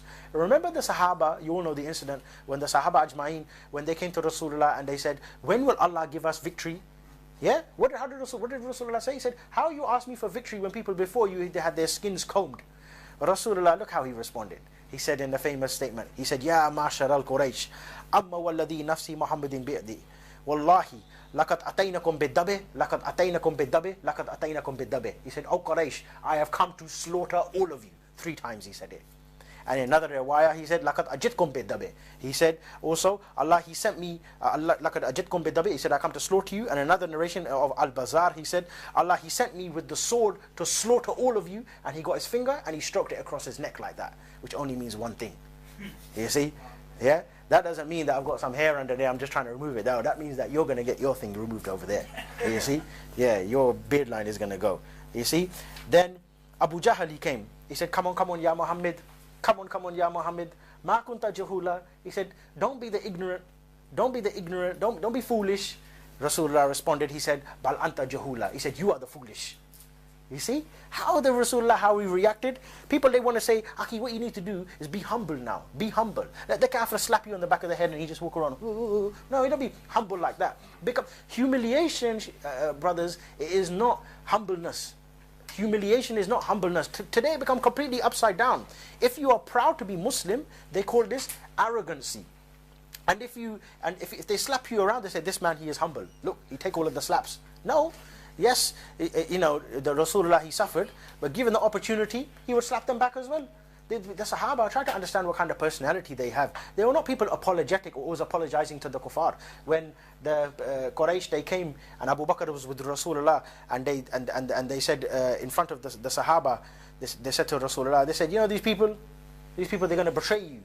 Watch, these people will stab you in the back. You know, Abu Bakr, he said, go F the private part of Lat and Uzza, in that language. Go F the private part of Lat and Uzza. Yeah, that's the kind of language. Not hesitate. Yeah, that was the idols. Yeah, go F. So we say the same thing today as well. Not literally. Yeah. You can go and shove that democracy up your backside, at the very least. That terrorism act, I tear it up and I chuck it in between your legs. And I hope I aim very hard as well. And bring in more legislation as well, so the papers can get bigger. So next time I tear it up, it can become like a brick. Yeah, and then when I chuck it, we won't have no children after that. Yeah. So this is what we need to understand, that the arrogancy, obviously, when it comes to the deen, there's nothing called arrogancy in terms of having this takabbur, to be proud that you're Muslim. To be proud that you are Muslim, there's nothing wrong with that. But you should be humble, yes, but humble with the believers. That's why I like Imam Abu Hanifa, rahmahullah. Imam Abu Hanifa, once he was sitting, and one man was walking towards him, and there was a gathering, and the people, they said, this man, he's Khariji, he speaks bad about you, Abu Hanifa. Abu Hanifa, he stood up, so the people thinking, what's going to happen? He's going to punch him in the face, innit? Like if I said to you, innit, this man called you Khariji, yeah, from Masjid Ghuraba, yeah, what's that guy's name? What's the person in charge there? Yeah, him, fool, Box, yeah? He's coming towards you, Mr. Box, yeah? Baksh, whatever his name is, yeah? He calls you Khariji. You say, yeah, Khariji, I saw him Khariji. Khariji, my foot. My foot becomes from the Khawarij, you know what I mean? I'll slap you and give you a couple of kung fu kicks like Tekken 4 or something like that, yeah? When the man came, Imam Abu Hanifa, he stood up and he hugged him. He hugged him, even though this man was speaking bad about him. Afterwards, the people, they went and said, why you hug this man? He said, when I saw him, I remembered the saying of Rasulullah. Rasulullah sallallahu alaihi wasallam, he said, whenever you see a Muslim, remember that he is my brother. My brother. If you understand this hadith and we act upon it, you see how much implication that will have on our life's affairs. Nowadays, you know what it's like. You're walking on the street. He's from Somalia, you're from Nigeria. No salam, no salam. You're from Somalia, you're from Somalia. No salam. He's from the north, he's from the south. He's black, he's white. He's Chinese, he's brown. He's handicapped, he's coconut. Nobody's saying salam to each other. What's going on? What's going on? Complete disaster. Yeah? Complete brotherhood, completely upside down. In the masjid is worse. You go inside the masjid, people sitting there with the Quran. Yeah, he's reading it. One IC3 male just walked in. Yeah? You thinking, what's going on? And then the Imam saying, turn your mobile phones off. You put it inside the pocket, innit? Because it's interfering. Then you find out that's the one that usually the spy, innit? You know what I mean? Funny thing is, most of these Imams who are corrupt, they say, turn your mobile phone off. How about you turn your phone off? You know what I mean? Turn your phone off, yeah? And give us the SIM as well, yeah? And then there's always one white man who comes at the end with a red badge. He said, all right, boys, just here to see the Imam. You having a nice time there? Yeah, we know you, Mr. Waleed. Huh? You know my name, you know everything about me. Say, yeah, we got a nice record about you. The Imam has been giving us a full profile of you. And many brothers, they experience this. So today you can find that the rahmah and the shadeed being completely turned upside down. The wala and the bara being completely turned upside down. And prime example of that is the Pakistani government. How they sell our daughter to the kuffar. So this is what we need to understand. Now, why did they beat the Muslims? Let's go to that. This is reported from Imam Ahmed, from Abdullah ibn Amr radiyallahu anhu. He said, the only thing we saw in our life was the Quraysh attacking the Muslims, until some people who were a little sympathetic, they were kuffar, but they were a little sympathetic. They started to ask the Quraysh, why do you beat and why do you try to kill the Muslims? So now we will get what I like to call the ijma' of the kuffar. It sounds funny, doesn't it? We will go to the ijma' of the Quraysh, which is not part of your asul, but today we will make it part of our asul. Yeah, just for this one incident. Incident. The Quraysh, they said, for the following 4 reasons is why we attack Rasulullah and his companions. Number 1. Now we'll link it to our reality. Number 1, they ridicule our customs, our ambitions, our dreams, and our wishes. Whatever happened to being tolerant, multicultural society, abide British citizen? I am tolerant of your faith, but you are not tolerant towards my faith. I become a jamcha, and you become the oppressor. That's what they mean, innit? They say, you need to be tolerant. We need to have tolerant society. And you know, whenever they mention this word tolerance, they mean, you need to be tolerant towards the woman who's walking the naked street. But we can't be tolerant towards your sister who wants to wear the niqab. Number 2, and they insulted our forefathers and exposed our way of life. Whatever happened to obeying the law of the land? We need to obey the law of the land. This is complete nonsense. Number 3, he divided us completely. Yeah? People that say you're divisive, you're sowing the seeds of hatred, and you're so radical and you're so fundamentalist.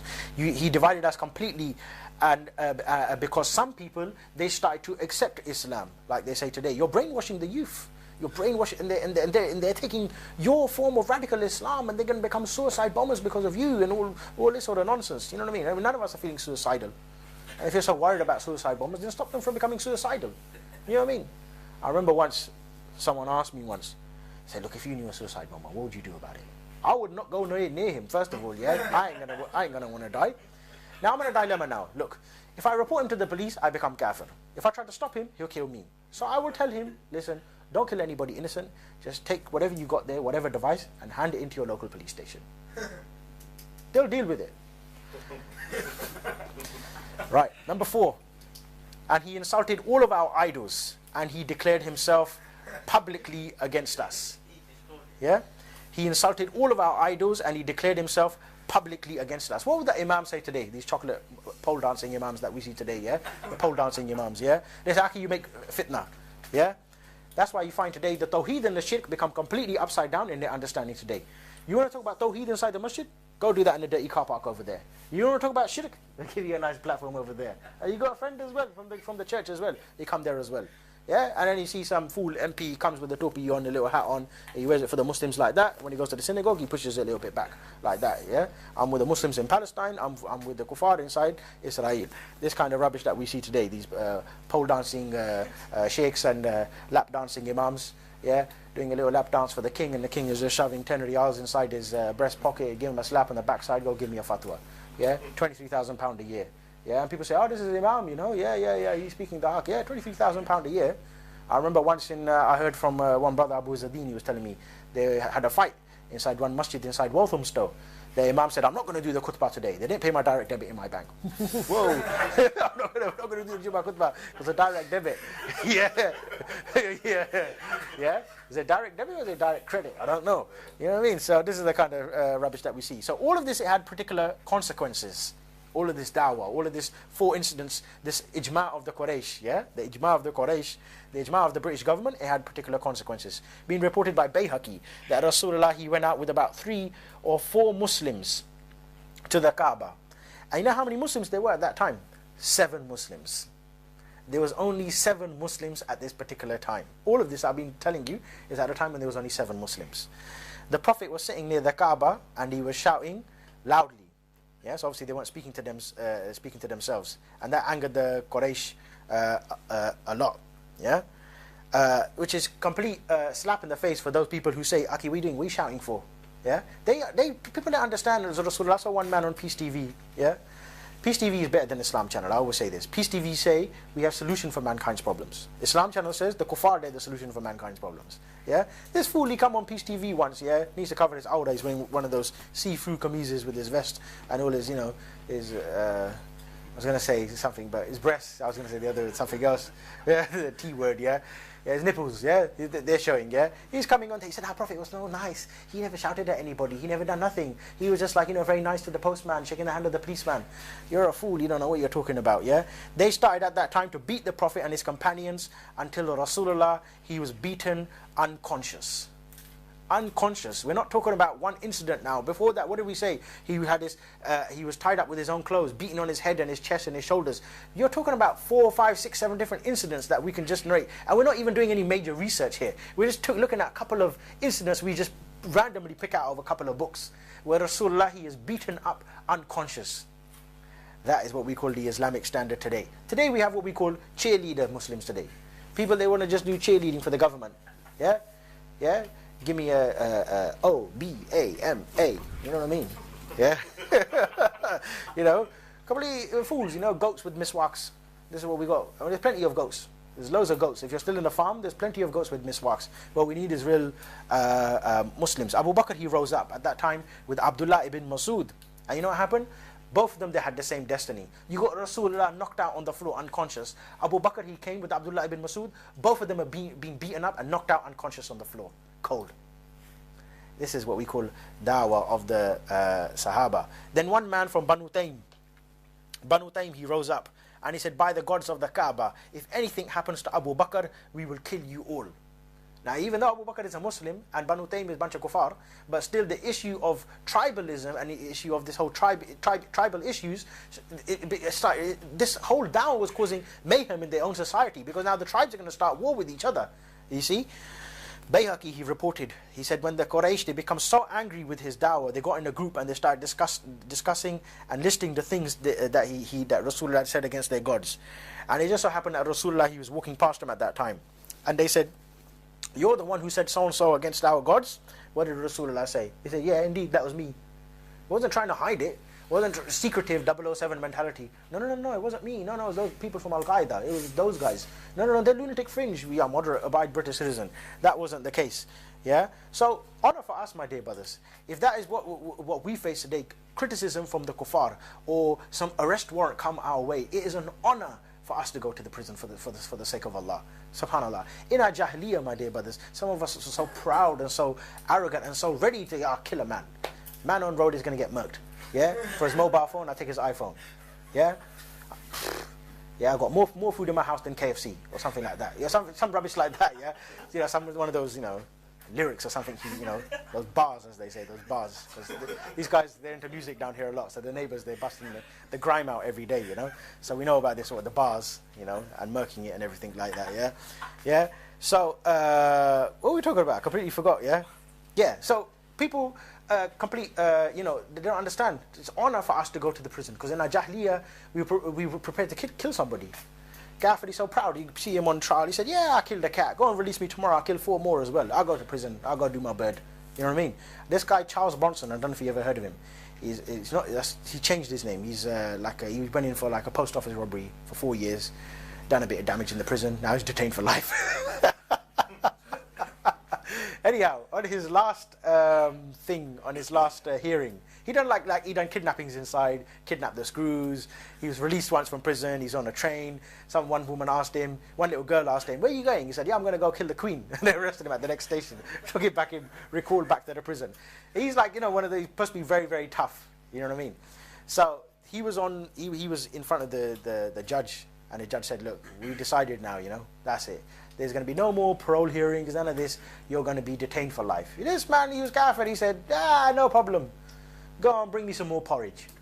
That's the kind of mentality, you see. Not that you need to have. But look at the kafir, he's so proud. He said, yeah, go on, bring me some more porridge. You know what I mean? If kafir can stand up like that, then what about Muslim? And that's why, example for us in our recent time of our sister, Afia Siddiqui, when she was in the court, she said clearly, she said, I don't accept any of your democracy anyway. I don't expect justice from any of your system. You see? And one other brother, without to mention his name, he was on trial in America, and they said, Mr. So-and-so, these are the charges against you. Do you recognize them? He said, how can I recognize them when I don't even recognize your law? These are the kind of muwahideen that we see, the lions of Tawheed that we find today. They understand my identity is fully Muslim. There's one brother, he was captured by the Americans, and he's convert to Islam. And the FBI, they're asking him, they said, what's your identity? Now, what's your name? I said, Abdul Rahim. They said, no, what's your name? Abdul Rahim. He said, no, we want to know, what is your name? Abdul Rahim. He said, no, look, you're white. What is your name? What's your identity? He said, before Islam, I never had no identity. My name is Abdul Rahim. See, those are the muwahideen. Those are the lions of Tawheed. When they speak, they can shake everybody, and they can make all of the FBI and all of the Americans wet their trousers without even trying. So, Rasulullah, he said, cowardness and iman, it cannot exist in the heart of the believer. The hadith. So check yourself today. Is that you today? Cowardness and iman? Do you have that within your heart? Because Rasulullah said, it cannot exist in the heart of the believer. How are we doing for time? Alhamdulillah. Okay. Now let us go to Abu Bakr as-Siddiq. I'm halfway through, by the way. Feel free, have drinks, cucumber sandwiches. There's no alcohol in here. It's all HMC cheese sandwiches. Abu Bakr as-Siddiq. Abu Bakr as-Siddiq, been reported in At-Tirmidhi and Ibn Kathir, Al-Bidayah wa Nihaya, by Ibn Kathir in Al-Bidayah wa Nihaya, volume 3, chapter 44. He said, the next day after this incident, it took place, Abu Bakr, he went out and spoke. And it's been reported that he spoke on Mount Safa, Trafalgar Square of his time. And he said, do you know who is Muhammad? By now you should know that he is the messenger of Allah. You know what the Quraysh they did? They got sticks and they started to hit him on the face with the sticks. And you know, if you've been in a fight or if you've ever been in some trouble, punch in the stomach you can handle, but on the face, well, that's going to drive you complete crazy. Yeah, don't touch the face. Talk to the hand, but don't touch the face. You know what I mean? Yeah, you ain't going to touch the hand will touch you. Backhand. Yeah, the Quraysh, they used sticks to hit him on his face, and they used their shoes, and they used one particular type of shoe which was called bistar, al-bistar. A bistar is like a metal shoe which is used for the sand, to walk in the sand, and they beat him on the head with it, and they cut his head open, and they left a wound on his head which was left there forever. Aisha, we continue. Aisha radiallahu anha, she reported that Abu Bakr as-Siddiq, regards to Abu Bakr as-Siddiq, she said when there was 38 Muslims, only 38 Muslims, Abu Bakr, he insisted to come out, and this is before any order had come for the Sahaba to come out. He said Utbah beat him so badly that you could not recognize his face, and they thought that he was dead. When they brought him back and he recovered, he said, how is the Prophet of Allah? You probably heard about this incident anyway before. He said at that time that Rasulullah, he cried and he kissed Abu Bakr as-Siddiq, and he said, is there anything that I can do for you? He said, may my mother be sacrificed for you. I do not have any injury too serious except this one on my head, and this is my mother. And there's two different narrations with regards to this. He said, make dua for her to be guided to Islam. And another narration, it be reported that Abu Bakr as-Siddiq, he said, may my mother be guided, meaning his real mother. Yeah. Now the Quraysh, what they done was at that point is, then this happened in one whole day, by the way. They went to his family, they went to his home. His father was blind, Abu Ukatha. I don't have it written here, but I'm trying to remember it. Abu Ukatha, yeah. His father was blind. They beat him up. They burnt his house down, and they captured his mother. All in one day. So not like the film, The Message. When you see the film Message, just living in some oasis, in some tent, couple of beatings here and there, and Yalla Islamic State come. No, there was a lot that they went through. You're talking about 13 years of hardship. Abu Bakr, he said, I will go out and I will challenge them. Straight after this happened, Abu Bakr said, I will go out and I will challenge them. And he spoke out, and he was beaten again, and he was knocked out unconscious. And the kuffar, they didn't stop beating him until they said he is dead. So you're talking about way of life here, getting beaten up, being knocked out unconscious, complete way of life for them. At that point, he was taken back and taken back home, and the streets of Mecca, they were completely surrounded by the people of Banu Taym, who shut it down. Banu Taym was like the tribe, yeah? They shut down, made like a whole siege. He said, I want to see the Nabi. Rasulullah said, tell me, Abu Bakr, just tell me what you want. And then he said, Ya Rasulullah, make dua that my mother, she become a Muslimah, and my father, Abu Ukatha, he be guided. Yeah, he said, Ya Allah, Ya Rasulullah, is it enough, these wounds and this blood, that my father and my mother, they become Muslim? The Nabi said, Ya Abu Bakr, these people, they want to kill you. Let me get your passport and you can abscond. You know, you can abscond, you know, you can run away from the country. Yeah, go to Al-Habasha. And he said, no, rather, I'm going to, he said, let me get your passport and you can abscond and you can go. Abu Bakr, he was ready to go. So Abu Bakr, he was going to migrate. He was going to make hijrah, yeah, for his own security. At that point, there was one kafir who came to him. His name is Abu Duganna, not Abu Dujanna, Abu Duganna. Abu Duganna, he met him and he said, where are you going? Yeah, Abu Bakr, where are you going? He said, you're the best from amongst us. You're one of the most noble people. If you go, then who's there going to be left? Yeah. He said, look, come to my home and I will protect you. This is a beautiful lesson today, where we live under a covenant of security. They give you some benefit, some housing benefit, some council flat, and maybe, you know, a couple of vouchers, you know, for some milk and fruit or whatever, and people ready to sell their deen. He said, oh people, nobody's going to touch Abu Bakr. So he gave him security. Yeah, he said, nobody will touch Abu Bakr. The people, they said, look, if you want to keep him in your home, no problem. But make sure he doesn't speak out. So what is the problem here? What were the Sahaba doing that was that was causing their society to turn upside down? It wasn't the length of their beard. It was the da'wah. So when people say you're a troublemaker, all you do is cause problems. Islam, it came to cause problems for the kuffar. It came to eradicate the kufr. Why we always say وَقُلْ جَاءَ الْحَقُّ وَدَحَقُ الْبَاطِلِ, the truth come to smash the falsehood. So where's the truth? If you don't carry it, how's the batil going to vanish? Yeah? They said, make sure he doesn't speak out. And look what he said here. He said, oh Abu Bakr, I'm going to build a house for you. He said, I'm going to build a house for you. Which kafir ever built a house for you? Council, you're going to put you on a waiting list, yeah, for 12 years and you can't even get nothing. You know what I mean? You're going to have 6 daughters, they ain't going to give you nothing, yeah? He said, look, I'll give you a house, I'll build a house for you, but don't shout. See, shouting? People say, why are you shouting all the time? One of the best people, Abu Bakr as-Siddiq, Rasulullah said, if you were to take the iman of Abu Bakr and put it on a scale, and the iman of the entire ummah, on another side of the scale, the iman of Abu Bakr would outweigh the iman of the entire ummah. Yeah? He said, don't shout. Abu Bakr, he said, no, I want to come out and I want to address the people. He said, I will come out and I will shout about Islam until everybody they hear about Islam. And Abu Bakr as-Siddiq, he took the house. He took the house and he done ibadah inside the house, and then he came out and he made a circle, and all the people, they started to gather around him and he started to address them about Islam. You see? So the people, they said, look, this man, he's not going to shut up. Let us go and speak to the Home Secretary, yeah? Let us go and speak to Abu Dughanna, yeah? They said, look, you give him a council flat, but this man, he carries on speaking out. Either you tell him to shut up, or we're going to kill him. He said, yeah, Abu Bakr, why don't you take my protection and keep quiet? Take my protection and keep quiet. Abu Bakr said, no, I will continue to speak out until Allah's deen it become dominant.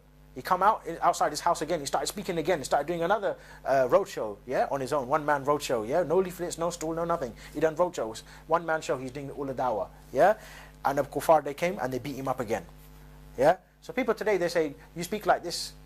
If I speak and I say what you say inside the masjid, we're going to lose our masjid. What are you talking about? We lost Masjid al-Aqsa. We lost Bilad al-Haramain. How many countries we lost? These kuffar, they're talking about EU having one currency. All of our countries being divided up further and further and further. All of these things. Yesterday I was listening to the radio, and it's in Urdu, and they're talking about the crisis in Kashmir and how they're going to have talks, you know, and the war might start again inside Kashmir. I laughed. I said, come on. What are you talking about? The land which was created in the name of Islam, and they call it Pakistan, Pak, pure, what's it pure from?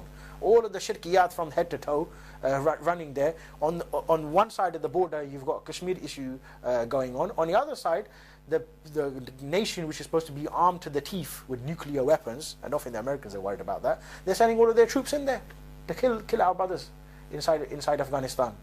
You see? There was one general, he was on Newsnight, and they interviewed him alongside one American, and they said, look, this problem of, you know, fundamentalists in Afghanistan, how are you going to deal with it? So they got one side, you know, you could try and imagine it, one kafir, another kafir, one kafir asli and one kafir murtad, yeah? The Pakistani general and the American. The Pakistani general said, we will capture them and we will kill them. We will kill them. They asked the American and said, is that good enough? You know what he said? He said, well, I wasn't expecting that. Because even the Americans said, no, we don't want to kill them, we want to capture them. He said, no, we're not going to capture them, we're going to kill them. Meaning we'll do the job, but we'll do it much worse. And this is how you find the blood of the Muslims being sold like that. Like the hadith, it said, like people gathering around to eat food. Yeah, this is exactly what you find today. This is how they eat the food. Yeah, the Saudis say, what do you mean you want us to fight terrorism? Yeah, we'll fight terrorism. Yeah, but we want 1,000 million riyals. The Pakistani says, no, we'll do it for 5 rupees. Yeah, this is kind of nonsense that you see. So what happened then? That was Abu Bakr as-Siddiq. Now let us go to the daughters of Rasulullah. We're going to go through a couple of personalities and then we will finish. The daughters of Rasulullah. Al-Kalthum, she was the wife of Utbah bin Abi Lahab. And Ruqayya, the other daughter of Rasulullah, she was the wife of his brother. So the two daughters of Rasulullah, they were married to the two sons of Abu Lahab. Now, it's been reported on the authority of Qatada by Tabarani that when Rasulullah was carrying his deen publicly, the public dawah, Abu Lahab, he called his sons and he ordered his sons to divorce their wives. Yeah? Now, try to remember here, his daughters, they never had a problem with their husband. Not like today, innit? You put too much chili inside my curry, I divorce you, talaq, 3 times. Yeah? Or the woman's taken the husband to court. Yeah, you never bought me a microwave oven. What are you talking about? You don't want a microwave oven, I want a divorce over that. Foolish things. I heard there was a divorce case going on once, a long time ago. Foolish case this was. But the woman was complaining. She said, my husband, he always jumps on me on the sofa and puts his backside in my face and farts. That is complete nonsense, yeah? People getting divorced over these type of issues, yeah? This is, obviously, if you know about the Sharia course, yeah? This is the sort of thing going on, yeah? But the fitna is completely crazy with divorces nowadays, honestly. I was talking to one imam of one masjid, he said, yeah? Obviously, you don't fall asleep in my talks ever, innit? Yeah? Yeah? This one imam I was speaking to, he said, look, one couple come in, they do the nikah, they walk out, 5 minutes later they come back. They said, we had a change of heart, and I gave her 3 divorces. Can you issue a certificate? So this is the type of fitna that we see nowadays with the divorces. So, may Allah protect us, but this is obviously what we find nowadays. Now, what happened here? Now, yeah. Yeah, so Abu Lahab, he said, look, to both of his sons, he goes, you are haram for me, not haram in that haram, but haram, you are forbidden for me until you divorce these 2 girls, because they are the daughters of Rasulullah. And look at how they've been divorced. Utbah, he grabbed al-Kulthum and he punched her in the face until she was bleeding, and he took her by the hand publicly.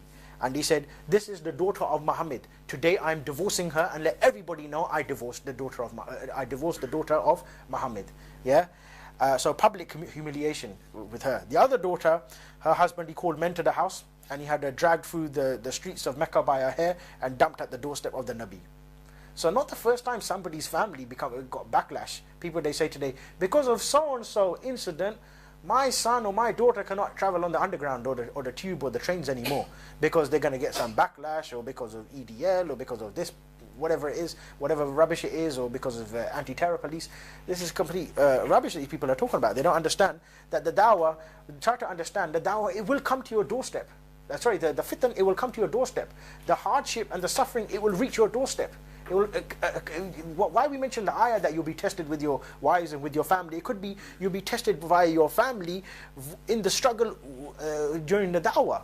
When you're doing the da'wah, when you're calling for Islam or calling for Sharia, the kuffar, they can threaten you via your family. And many of the people who have been captured in Bilad al-Haramain, some of the people who are working fi sabilillah, when they've been captured, they use their family against them. They rape their mothers in front of them, they rape their wives, they even bring the children, they even rape the children in front of them just to get some information, or make them sign some paper to say, you're a member of so-and-so, this type of business. So then what happened was, Rasulullah, the next day he came out publicly. Yeah? He came out publicly and he said, Ya Bani Hashim, Ya Bani Abdul Muttalib. Yeah, and all of the Quraysh, they started to gather around, because now look what's on the next day when some incident happens. Yeah, it's usually a headline in the Sun newspaper. So and so thing happened. So there was like a headline that had gone out everywhere. You know what happened? The 2 daughters of this fundamentalist cleric who's trying to brainwash everybody. His daughters have been divorced, and they've been publicly humiliated. So therefore, he's going to come out and do a press conference about it. He said, Ya Bani Hashim, Ya Bani Abdul Muttalib. Yeah? He said, today I'm declaring that there is complete sovereignty for Allah. Everybody's looking at each other. What's going on? Why isn't he talking about his daughters? Abu Lahab, he said, is that what you call us for? Yeah? Is that what you call us for? He's expecting the issue about the daughters, sallallahu alayhi wa sallam. He said, indeed. Abu Lahab, he said, curse you and what you call us towards. And then Allah subhanahu wa ta'ala, he revealed the ayah, perish the hands of Abu Lahab. You see, Rasulullah, his dawah is, and his struggle, his sacrifice is above his own family. That's a bigger issue than what's happening to his own family. Not that he doesn't care for his own daughters, but deen of Allah is above his head, is a higher responsibility. So then what happened? Utbah, he came. Utbah, remember, who was the one who divorced, who was his ex-son-in-law now. He came to Rasulullah and he said, look, I'm going to Damascus. He used to go and do some trade over there. He said, I'm going to Damascus. He said, before I leave, he goes, let me tell you something. He said, I reject your deen. And he said, I reject your deen, and I've divorced your daughter, and if I find any of your people over there in Syria, yeah, I will beat them up and I will take their money. Yeah? In that type of situation, how you expect the Rasulullah to react? Imagine your daughter who was married to somebody, yeah, and she's been divorced, and that man has beaten up your daughter who's married, who you gave as a trust to this man, and dropped her practically half dead on your doorstep, is now coming to you and saying, yeah, and on top of your daughter, I've divorced her, but I'll reject your deen, yeah, and I'll find any of your people, I'm going to, do and so to them, I'm going to rob them and I'm going to beat them up. Rasulullah, still at this time, the da'wah is above his head, the da'wah is above his own personal situation. Rasulullah said, come here, let me explain to you something. He wants to invite him to Islam. SubhanAllah. That is the best example. That's why we say he's the best man to walk the face of the earth, because there's nobody who could do what he done. Who could go through that? Your daughter's been beaten up. Somebody look at your daughter, you're ready to take his eyes out. Let alone she's been beaten up, divorced. The man come and ridicule your deen, said, I'm going to rob all of your people. Rasulullah said, look, let me come here, let me explain to you something. Let me, I want to tell you something. Like one-to-one now. Maybe you're worried about the public. Maybe you got too much pride. One-to-one I can explain to you. Maybe Allah give you hidayah. You know what happened? Utbah, he came close to Rasulullah and he spat in the face of Rasulullah. After all of that, what do you expect Rasulullah to do? Rasulullah, he raised his hands and he made dua. He said, Ya Allah, just let one of your dogs deal with this man. Let one of your dogs deal with this man. Obviously at that time, what are you going to do? Kafir, he doesn't have no control. That's why we say the kafir is not in control of his own hand. He can't keep it to himself. He's doing all sorts of funny business with it. He can't control himself. He's going to do everything with it. Yeah, Muslim, he's in control of himself. He can control his temper. He can, because everything is regulated by the Sharia. I don't beat somebody up just for the sake of it, just for the heck of it. He just looks a bit funny, little long sideburns. Let me just whack him up a little bit. Take his bowl hat as well. No, you see, everything is regulated by the Sharia. If Islam permits me to fight somebody, I will fight somebody. If Islam tells me not to harm somebody, I will never harm them. Never my own desire goes above the Sharia. The Sharia is encompassed in all of my life's affairs, and my desire must be in tune with the Sharia. So, then what happened? Then we can move to Umar al-Khattab. And in fact, look, people, I was going to mention that, look, this issue, Rasulullah made dua against this man who was obviously at war with Islam. People who are at war with Islam, people saying, Aki, keep quiet, make dua for him, maybe Allah guide him. Yeah? Okay, why you have to criticize their culture and their civilization? Why don't you just make dua to Allah that Allah will change them? And it's not such a bad civilization after all. It's not such a bad culture after all. You know what I mean? There's some fruits of Western civilization which are very nice. What's the best fruits that these kuffar they got? EastEnders, isn't it? Your best friend's in bed with your mum, and then afterwards you find out he's your dad. Well, yeah, that's right. Yeah, it's complete sort of rubbish that we see. Umar al-Faruq, many people know that he was very strong. Al-Faruq, al-Khattab, yeah. But was he beaten up? He was beaten up for the sake of Allah. The Nabi, he made dua. He said, oh Allah, make the deen strong by one of the two Umars, either al-Khattab or Umar al-Hakam. And obviously Umar al-Khattab, he became Muslim. He came to Rasulullah when he took the Shahada. He said, oh Rasulullah, give me permission and let me go out and speak. I promise that everyone will know about you.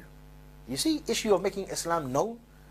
Who said Islam just about my own, is just for myself? You might as well just become a Buddhist or something like that, or Jew. I don't see a Jew inviting to Judaism. You can't become a Jew anyway, innit? You were born a Jew, or your mother's son of a Jew, or something like that. I don't know, some people find that offensive.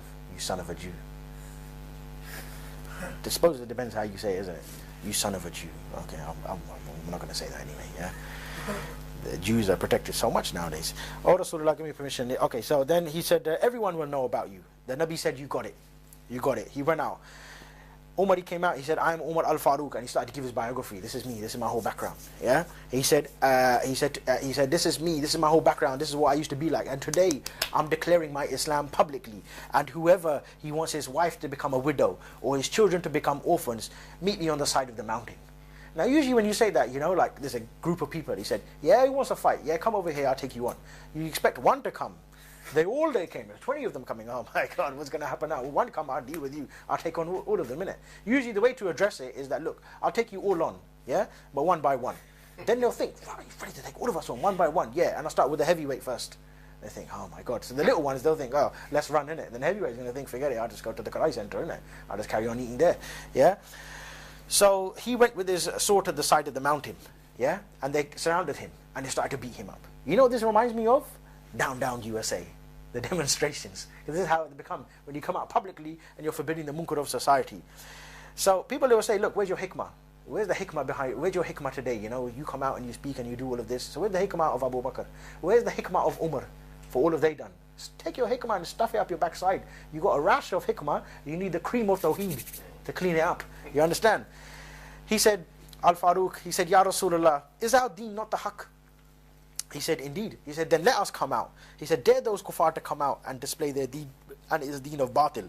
Sallallahu alayhi wasallam. He said, Ya Umar, my problem is I don't have enough people, and I'm worried myself that if I order you to come out, they will kill you. But if you wish to go out, then go out. So nothing about that it was haram or no, it wasn't wise or nothing like that. No, he said if you want to go out, meaning permit for us as well, no matter what our situation. And in fact, forget all of this Meccan stage and all of this business, that we don't deal with any of that anyway. Allah, He ordered us to speak the haqq, we speak the haqq. Yeah, all of the deen is being completed for us. So there's no permit whatsoever for us ever to hide the truth. Even if we are in solitary confinement, we still speak the truth, and we can still shake them. Like Sheikh Umar Abdul Rahman. Sheikh Umar Abdul Rahman, he's in solitary confinement, and he was put in a cell, and even his recitation of the Quran was affecting the entire prison.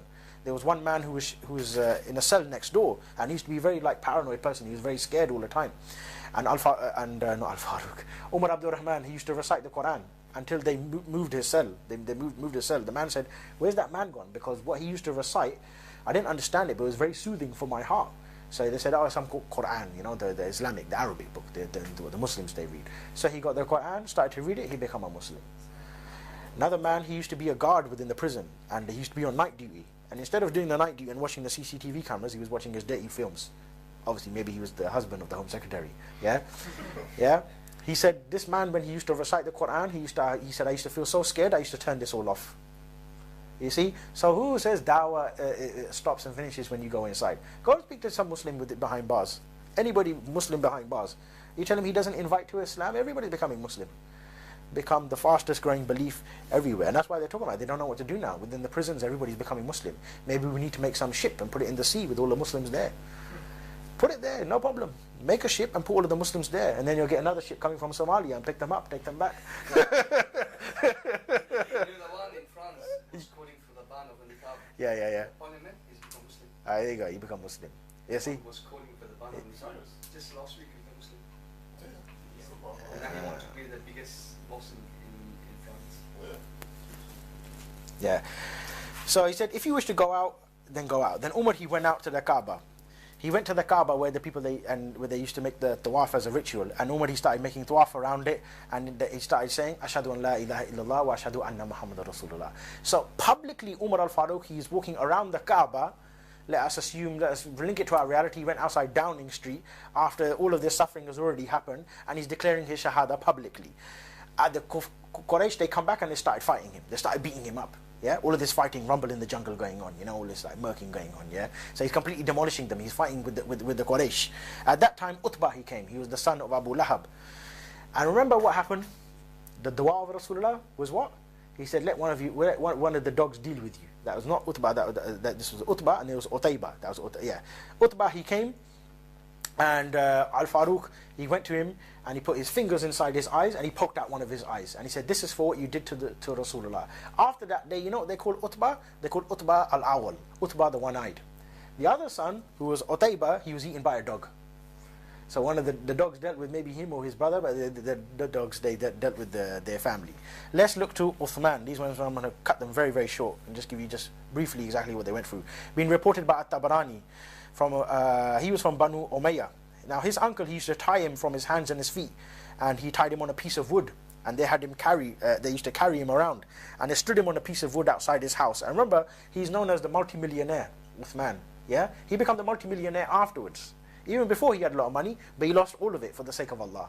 You see? So afterwards, Allah replaced the rizq. He never thought my business, like today people say, my business, you want me to stop selling alcohol? How can I stop selling alcohol within the shop? Who's going to buy it? What am I going to sell? You know what I mean? He gets rid of the alcohol, and then the top shelf gets filled up with something else. Yeah? These people, need to fear Allah, yeah? And they tied him on a piece of wood and carried him and stood him on a piece of wood outside his house. And he said, if you leave your deen, I will have you released. I remember Uthman, he was not a slave, yeah, but he was made to look like one just because he followed the deen. And he said, if you leave your deen, I will release you. And he left him there for 3 whole days, outside his house on a stick, for 3 whole days. Try to imagine that.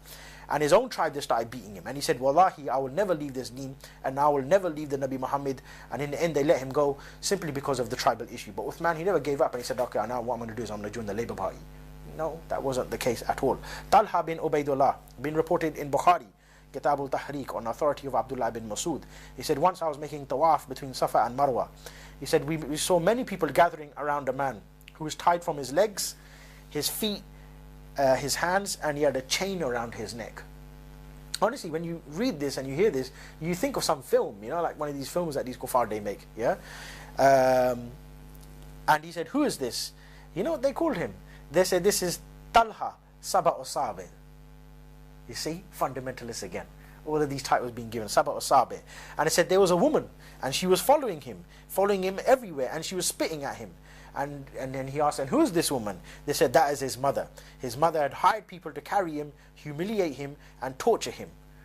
You see, all of this happened to Talha. So even if they arrest you, like I said, even if they arrest you, they give you a coffee and a shower. You know, but what the Sahaba went through was much worse. Zubair ibn al-Awam, he was a Muslim from the age of 7 years old. Yeah, his uncle, he put him on a straw mat, put a fire underneath him, and later on when he was in jihad, one Sahabi said to him, I saw him briefly, and when he was changing his clothes, his back was full of bruises and burnt skin, and he had like a defection. And I asked him, what are those marks on your body? You know what he said? He said, that's what we used to do with the Nabi back in Mecca. That was our dawah. You see, sacrifice of the Sahaba. Those are the wounds of the dawah. Then Bilal, been reported by Ibn Majah on authority of Abdullah bin Masud. Umayyah used to have a rock placed on Bilal's chest, and then he used to put a chain around his neck, which was the chain of the Romans. Yeah, and he let the children pull it and drag him around. And more than that, he had hot oil poured on him, which you all know. Yeah, and that was from sunrise until sunset. And you know how long that was for? It wasn't for 2 weeks or 2 days. It was for 2 whole months. 2 whole months. And what was the famous statement he always used to say? Bilal, Ahadun Ahad, Ahadun Ahad. Later on, when Ghazwat al-Badr it took place, Rasulullah said to Bilal, he said, what should be the theme of Badr? He said, Ya Rasulullah, let us make the theme of Badr Ahadun Ahad, Ahadun Ahad. And they said that in Ghazwat al-Badr against the kuffar, and they were victorious in fact. Habab ibn Arat, been reported that they used to roast him over a fire. Roast him on a fire, yeah? And then one man would come and put his foot over his chest, and they would use his back to put out the fire. You see, Urwa bin Masud, after the battle of Hunayn, we're coming to an end now. After the battle of Hunayn, the Rasulullah, we're coming onto a much later stage now, yeah, just to give you some insight now of how much the Sahaba they sacrificed. Rasulullah, he was going to Banu Thaqif. He was going to Banu Thaqif from after the battle of Hunayn.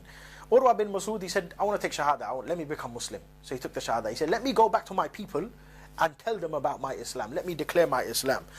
Rasulullah said, your people, they're very proud people, very arrogant. I don't think they're going to listen to you. Yeah? And they'll probably try to harm you as well. Just leave it just for the time being until further advice. He said, no, it cannot be. My people, they love me. They know about my whole background, my whole history. He's just this new Muslim, obviously. Yeah? He said, let me go and declare my Islam publicly. Yeah? So he went there outside his house and he started to declare the Islam. So he's got a dawah stall running by himself. He's doing dawah publicly in front of all of the people. The people, they gathered around him with arrows and they started shooting at him. All these arrows coming to him one by one inside his chest until he was on the floor and blood was dripping from him. One man came to him and he said, look, what do you have to say about your blood? What you put yourself in this situation for? What do you have to say about your blood? He said, Allah, He blessed me with the greatest izzah and gave me the highest rank of shahada. He said, today I am donating my blood for the sake of Allah. Yeah? And he said, inshallah, I get the rank of the shuhada who were killed fighting with Rasulullah. But before I leave this world, make sure that I'm buried with the shuhada. And you know what happened? He was buried with the Sahaba afterwards when he passed away. Yeah? So those are the lines of Tawheed. Yeah, they call for Islam, they live for Islam, and they prepare to die for the Sharia. They prepare to die for Tawheed. That's why we call them the lions of Tawheed, the lions of Islam. Whether it's in hardship or whether it's in ease, they always call for Islam. They always call for Isharuddin, complete sovereignty for Allah. Let us go on to the last personality, which I like, who maybe is my great grandfather, because I'm Abu Waleed, but this man is called Khalid bin Waleed. Yeah, and I'm begging our Sheikh to cover his life one day, inshallah. How did Khalid bin Waleed do dawah? How did Khalid bin Waleed he invite to Islam? After conquering one of the regions of Iraq, he sent a letter to the Persians through one man whose name was Hiskil. Hiskil means the destroyer. That's a good name, isn't it? Abu Hiskil you can become, yeah? Abu Hiskil. Okay, we've got kunya for you now, yeah? It means the destroyer. Now, before he sent him as an envoy just before he sent him with the letter, you know what he said? He said, "Oh Allah, destroy them completely." Dua that Khalid bin Waleed used to make. Been reported by Ibn Jarir, volume 2, page 571. This is how he wrote the letter. He said, "In the name of Allah, from Khalid bin Waleed to the Persian leadership," meaning America. He said, "Alhamdulillah, all praise be to Allah, the one who has thrown your establishment, the White House, into complete mayhem and has weakened your plans and fragmented your unity," with your coalition troops, obviously. Yeah, "It would have been worse for you if you had not done this and entered our deen. Then we shall leave you alone and your land and pass by you to proceed to other people," meaning we'll pass by your land, go to another land and conquer them. "Otherwise, you will still be subject to our authority and forced to suffer defeat at the hands of a people who love death the way you love life." And another narration, he said, "People who love death the way you love to drink wine." Budweiser, whatever you want to call it. Yeah? So that is the da'wah of Khalid bin Waleed.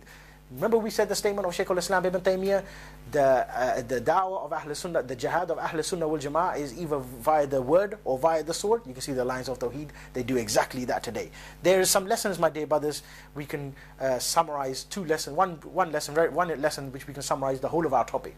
What made the lines of Tawheed successful? Number one was the Tawheed. They understood the Tawheed fully, completely. They understood that Allah is the one who gives life, Allah the one who takes life. They understand the issue of Hakamiyyah. They understand the issue of sovereignty and complete supremacy for Allah and His deen, and that it must be dominant everywhere. And secondly, that they understand something called sabr on ta'ah. Sabr on ta'ah is very important. Sabr on ta'ah is different from sabr, how people say it today. People say, "Aki, have sabr." Sabr, and they beat you up, and they slap you, and they bomb you in Iraq, and you stay silent. Sabr on ta'ah is the sabr of obedience. You have sabr, but you carry on doing your duty. Yeah? And you're prepared to die for it. Like Hirab ibn Milhan. Hirab ibn Milhan, when he was in the battlefield and when he was in the horse, and he said, "Oh Allah, I'm rushing towards you. Oh Ya Allah, receive me." And when the spear came into his chest, he said, "Laqad fistu Rabbul Kaaba, laqad fistu Rabbul Kaaba." He said, "By the Lord of the Kaaba, I got it." Meaning what? He got the Jannah. He understood now he got the Jannah. He understood the hadith of Rasulullah, where Rasulullah said that whoever fights for the sake of Allah amongst any Muslims, even for the time it takes for a camel to rise, Jannah is inevitable for him. You know what Imam Shafi said about this? Imam Shafi, he said, the time it takes for the camel to rise is 5 seconds. The one who fights for the sake of Allah for 5 seconds, Jannah is inevitable for him. So in our time now, we have a huge war taking place, a war against Islam, a war against the Muslims. That battle is being fought on 2 fronts, on the land and via the hearts and the minds. Today we have the opportunity to become higher than the Shaheed. You know that is? The Sadiq. The Siddiqeen, they are higher than the Shuhada. How? Because the one who speaks the word of truth, he gets the reward equal to that of Hamza ibn Muttalib. Yeah? That is the reward that we are seeking today. To fight this ideological jihad via calling for Islam wherever we are, and to defend Islam against all of those corrupted ideas that the kuffar they want to preach to us. And even if they arrest us, we can call that slow martyrdom. Slow martyrdom for us. So it needs us to struggle. It needs us to stand up. And inshallah, I believe, my dear brothers, that we will see those Tawheed crushed by the lions of Tawheed in our lifetime. It crushed one way or another by either having their necks broken or their hearts torn out from their chest. And let me give you 2 narrations.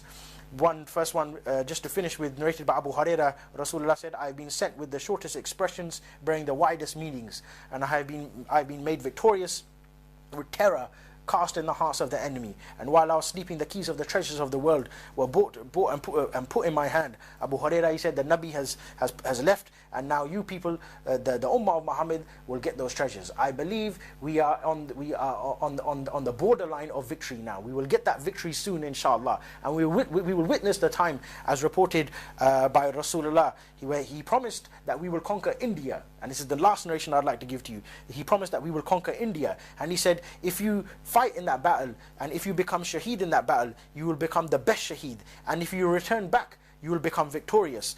And he said, and the hour, the day of judgment, Yawm al-Qiyamah, it will not come until a group of Muslims, they will go from Jerusalem, and they will capture the leaders of the mushrikeens, and they will put chains around their necks, and they will drag them on their faces back to Jerusalem. Inshallah, we will witness that, and we will see the lions of Tawheed become victorious. As Sheikh Abdullah Azam, he said, "Oh, you Muslims, you have slept for a long time, long enough for the tyrants to take control over you. You accepted to live as slaves and submitted to tyrants. Now the time has come to revolt and destroy the shackles of slavery. We will witness the victory for Islam and let the kuffar choke on it." Wa sallallahu sayyidina Muhammad wa ala alihi wa sahbihi ajma'in. No problem.